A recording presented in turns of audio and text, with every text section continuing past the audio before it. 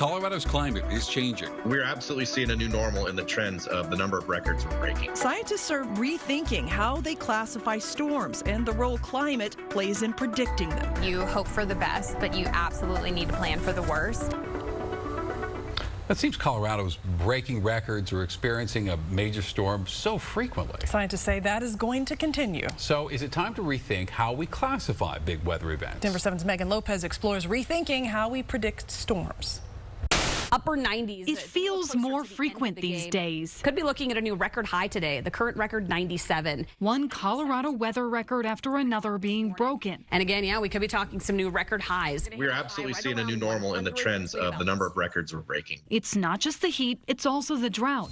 Big storms are also becoming more regular. Especially the ones that have a lot of heavy rainfall.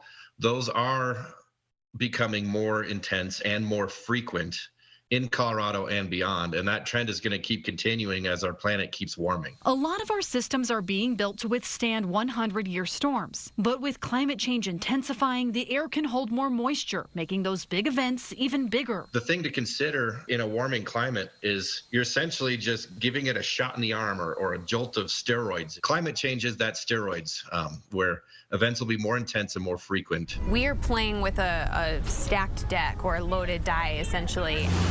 So is it time to rethink the classification of those storms? First, let's explain what they are. 100-year storm is a storm that has a chance of happening 1% of the time in any place, in any year. So it can happen more than once a century. 100-year storms are determined using historical data on rainfall. But here's the thing. There's no accounting for climate change in the way those were done in the past. Humans are also changing the impact these storms can have on an area. The more we develop, the less open soil there is to absorb all that water. When a planner many years ago or decades ago would have said, okay, this area can withstand a 100-year storm. Well, if that area changed, it may now only be able to absorb a 10-year storm. NOAA scientists are now working to factor climate change into those storm predictions, but it doesn't matter what the actual number value on that storm was. We know that we need to be more proactive and we need to go after the truly worst case scenario, and you kind of bump in that direction. So between climate change and our changing infrastructure, it might be time for cities and states to prepare for more than a 100-year storm of the past. Megan Lopez, Denver 7.